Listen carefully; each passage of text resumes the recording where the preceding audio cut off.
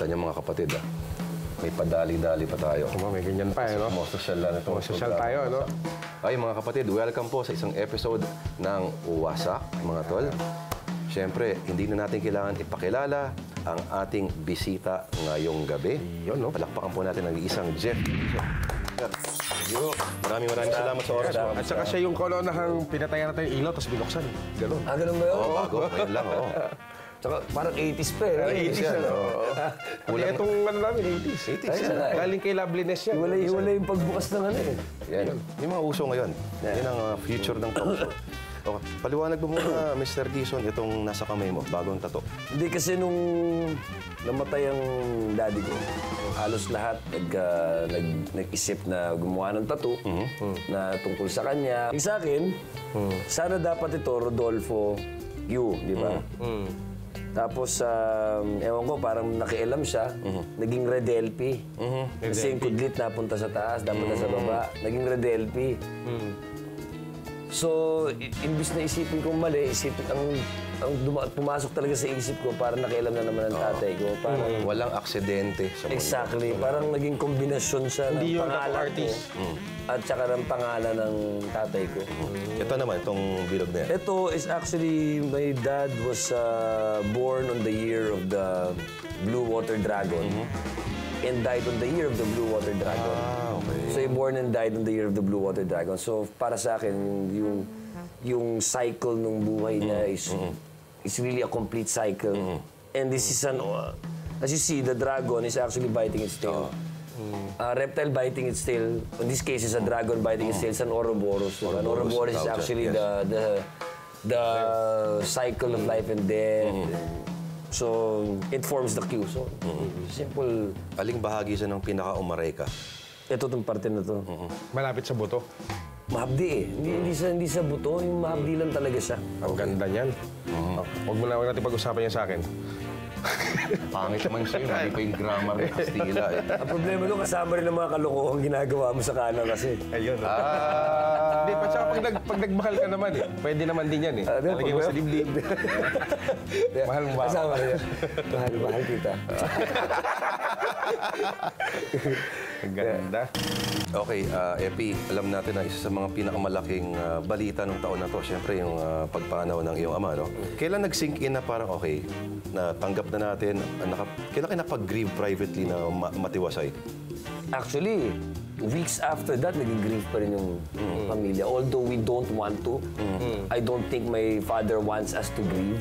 Diba? Kasi para sa kanya gusto niya talaga, masaya kami lahat. Bawal umiyak dun eh. Yung time na namatay siya, actually, nasa ospital pa lang siya. Lito-lito na kami lahat.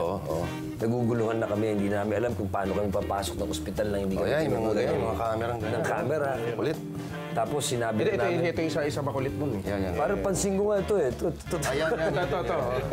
Hindi, pero kumbaga talagang nung namatay siya, isa lang sinabi ni Eric actually, brace yourselves for what's going to happen. Kasi we didn't really know what to expect and what's going to happen nung namatay na talaga siya. Ang alam lang namin, everybody would want the story, everybody would want to be there to Di ba nung nasa ospital pa nga lang, di ba hindi na namin makontrol ang Kami nga pasok kahit ng hindi tao. kami kamag-anak, nasaktan din kami. Saka yung mga 1 week after, parang wala na si Dolphin. May ganung ano eh. Nasabi ko nga sa'yo kanina, nakwento ko nga sa inyo kanina, sa libu-libong tao, ang estimation ng Heritage Park nung huling araw, yung is 18,000 yung dumaan. Wow. Ang estimation ko mga nasa 20. Dahil lang sa siguro hourly nagbibilang ako 1,000 siguro to ngayon. Yung ganun ba? Ang estimation ng brother ko, sabi niya, kung ang Araneta Coliseum kaya mong punuin ng tao in a span of 1 hour, gaano katagal yung dumadaan na tao na Gumagano, no? hindi tumigil yun yung huling araw. Pero ang hirap din mag-grieve, no? Kasi parang, ang hirap tanggapin na pag-aari din ng ibang tao, yung AirPods mo. Actually, yun yung... Ganun silang ano eh. May mga iba kasi kaming kapatid na hindi talaga sila showbiz. Talagang hindi nila naiintindihan yung mundo na yun. Di ba? May mga kapatid kami na gano'n na Ba't Of ganon? course. Ba't ganon? Oo, ba't ganun? Diba? It's my time to grieve my father.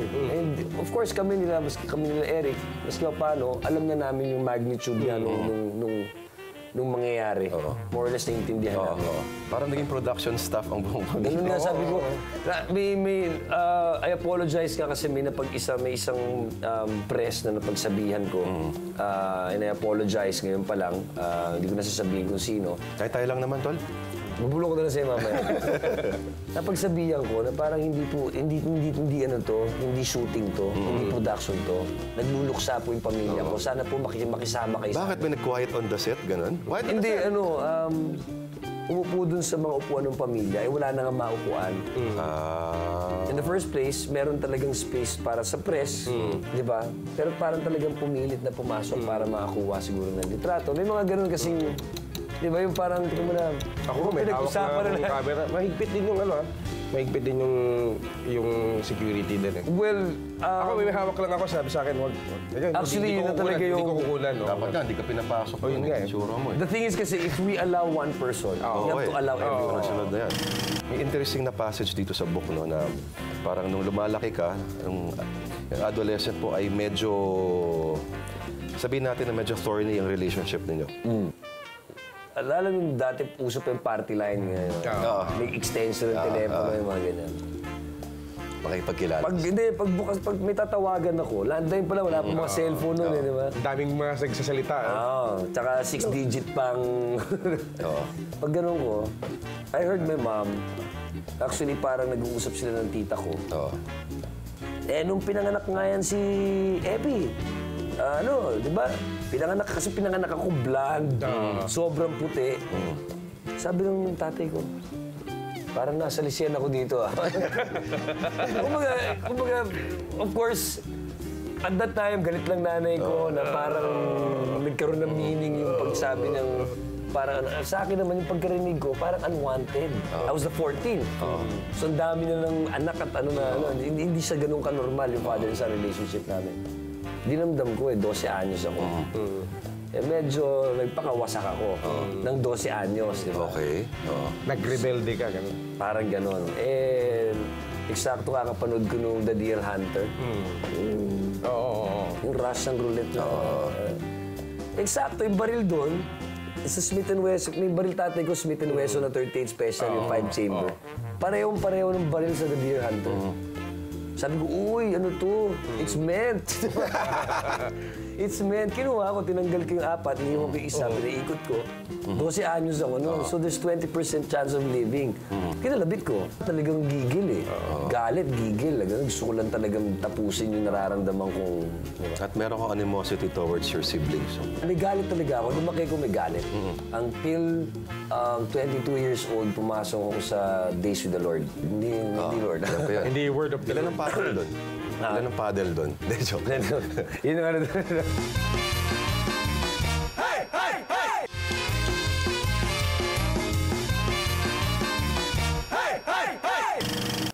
Going through the book, no, Epi, parang may mga detalye pa dyan na nasusurpresa ka pa rin.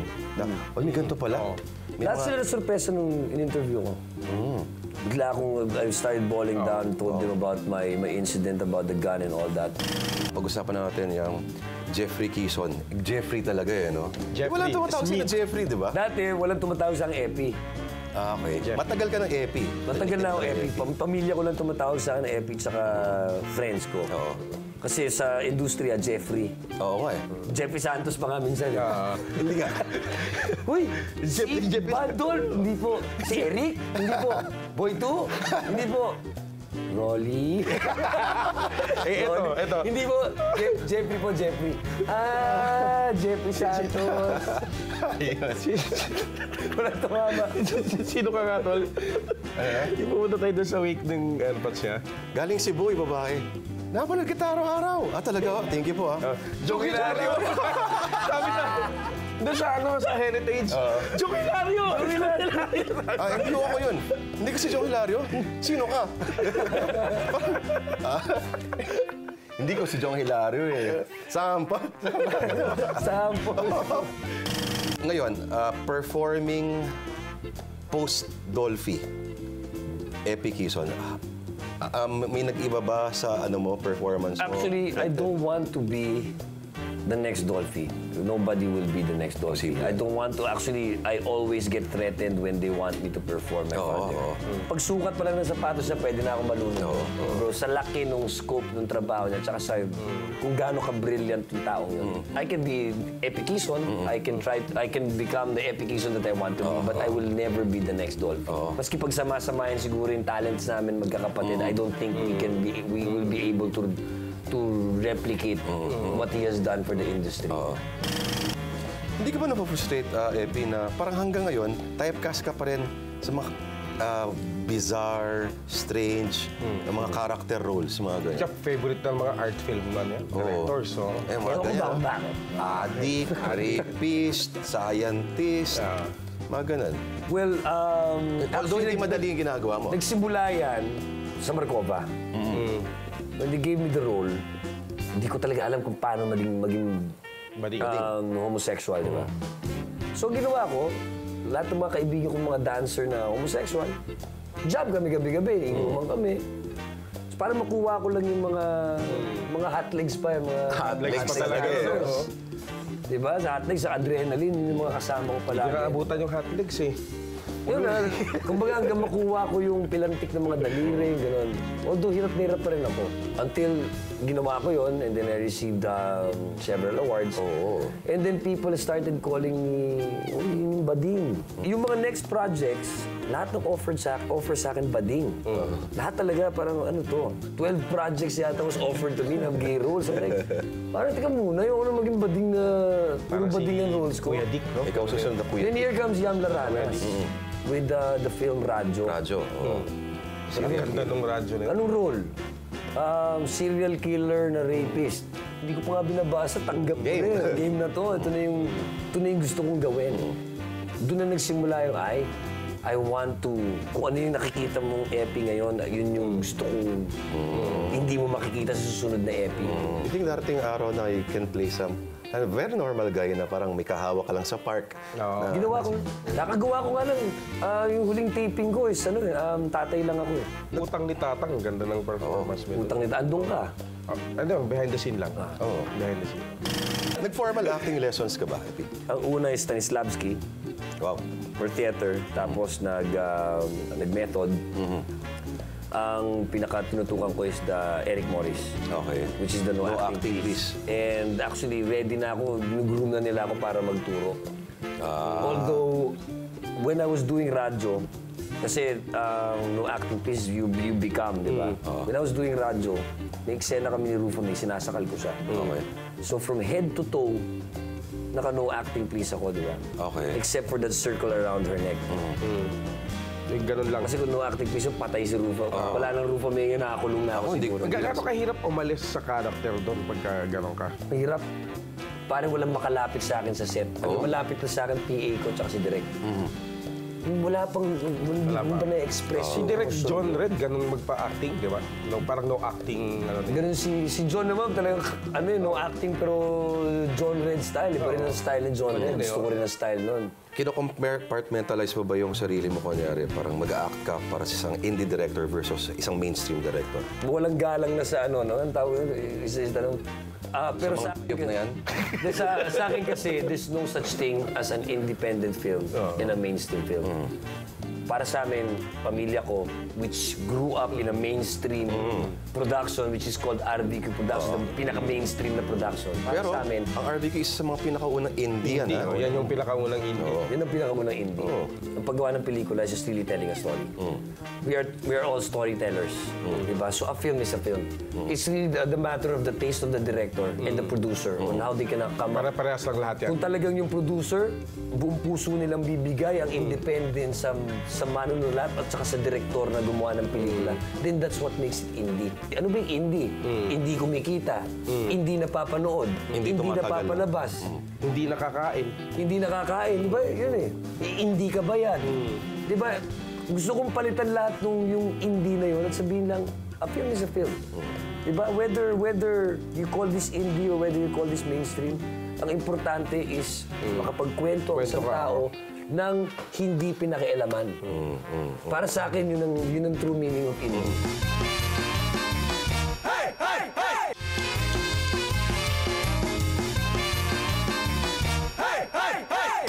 May nagsasabi, isang reporter, tatawag sa akin, Indie King. Sabi ko, hindi mo alam yung sinasabi mo.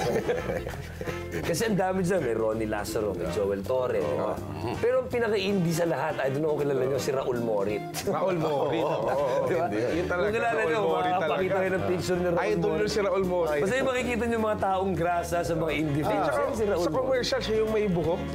Pagka gano'n, yung commercial ng shampoo. Ay, si Raul Morit. I'm proud to say that the revolution of that movement, kasi napasama. yung revolution nga kung tawagin ng mga independent filmmakers na, ano, di ba?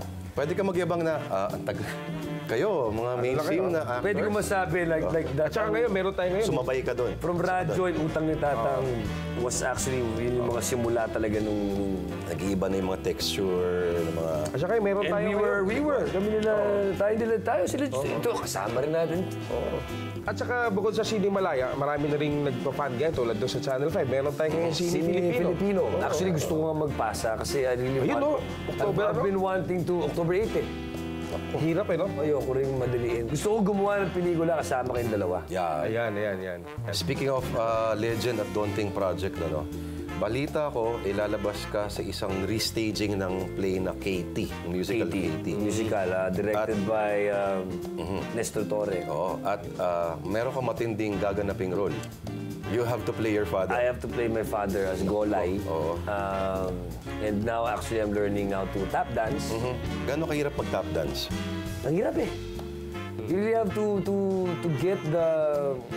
Nakanumero kasi siya para tumunog ng tama. Okay. So yung para mawala yung numero na yon, yung pagbibilang, pero tumutunog ng tama yung goal mo eh. Is para magawa mo yung gumagano'n na tumutunog ng tama na hindi ka na nagbibilang. Kasi once magbilang ka, Kasabit ka. yun na, babagal ka. So yung challenge ko ngayon. Ito ba pwedeng lagyan ng mga ano yan, yung mga tumutunog na bakal? Actually, Kahit the sa tops, you can easily buy them and put it in any shoes, di ba? Isuscrew mo lang naman siya. Pero iba talaga pag yung sapatos mo malambot. So, bumili talaga ako ng top shoes para... So, nagre-rehearse na ba kayo? Yeah, siguro nakaka-apat pa lang ako. Pero mag-resume rehearsals next week. Kasi nga, kakabalik ko galing sa Corregidor to shoot naman another film with wasak director din. Si Si Dildasa yung ano nun, di ba? Si Kevin. Si Neil ba yung Director. nag-shoot nun? Hindi. Cinematographer? Si Bert. Si Bert. Si Bert. Albert. Ang Banson. ng pelikula, it's a musical EDSA Triple X. comedy, EDSA Triple X. Matindi yan. Kaibigan natin. Isipin mo nga agad ano to? Porn? EDSA Triple X, pero hindi po. Nagsisex sa gitna ng highway.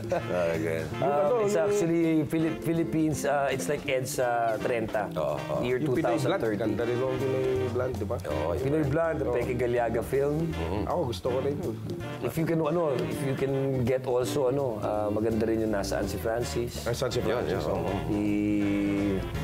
Sino to? Si Gabby Fernandez. Yes. Matindi. Oo nga, no? Ang dami mo na rin nalabasan ng mga ganun. Pare, actually, tinatanong nga nila, mga nakailang pelikula ka na? Sabi nila, ako hindi ko na rin mabilang eh. Siguro mga nasa... Kung sakaling mawawala ka na mamaya, bukas. Sasama kita. Oo. Sa hukay. Sa hukay. Anong gagawin mo? Pag mawawala na ako mamaya, sasama kita. Kung mawawala ka na, anong huling pagkain mo? Anong huling? Kakainin mo. Kakainin ko, sinigang. Sinigang na baka. May ganun ba? Sinigang na baka? Sinigang na baka sa Bayabas. Hindi ba nilaga? Sasabayan ko ng, parang nilagang baka sa Bayabas. Pero Pero maasim. isisigang mo sa Bayabas. At saka hito na may sampalok. Paborito namin ng tatay ko yan. Hito na may sampalok. Iniyo na Parang hito, nakakasim tapos na ako sampalok. May sabaw yon, hito na may sampalok. Yung sampalok, yung kukunin mo lang yung katas. Katas no? lang, oo. Talagyan mo ng konting patis. Ay, Oh my God. tapusin Paborito na natin. ng tatay ko yan. Kain na tayo. Maraming Tanghali na salamat. rin, no? Maraming salamat sa oras mo. Salamat sa inyo. Idol to. Oo. Idol. Idol to. Pati ng ibang tattoo mo, men. At saka gusto ko yung banda na ito dati. Makata. Ito, Yan, no? Pang chicks yan, tol, ah. ha? Pang chicks yan. Pang-chicks, di ba? Oo, pang chicks yan. Pag nakakanto ka. Yan yung pag nakaganyan ako, titingin sa salamin. At dyan po, nagtatapos. Ating programa. Oo, gagawin nyo, cut nyo, direct, ha? Hindi, sama yun. Habang nagro-roll si BB. Salamat. Salamat. Nangyari tayo ngayon.